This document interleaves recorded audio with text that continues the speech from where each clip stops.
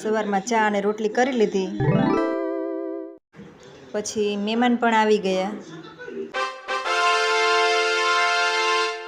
અરે આ બધા લગ્નમાં આવ્યા છે. અને મારા માસી છે, મારા માસીના 2 છોકરાની વહુ છે અને મારી 2 બહેનો છે. આ બધા અહીં લગ્નમાં આવ્યા છે. અરે બધા સાથે એક પોઝ થઈ જાય. આ પણ વ્લોગ બનાવે છે. અને હવે લગ્નવાળાના ઘરે જાય છે. અને મારા મમ્મી હોય એટલે મારે કંઈ ચિંતા જ નહીં કામની. આ તો કરવું પડે. અને સાંજ પડી અને જમાઈ આવ્યા ઘરે.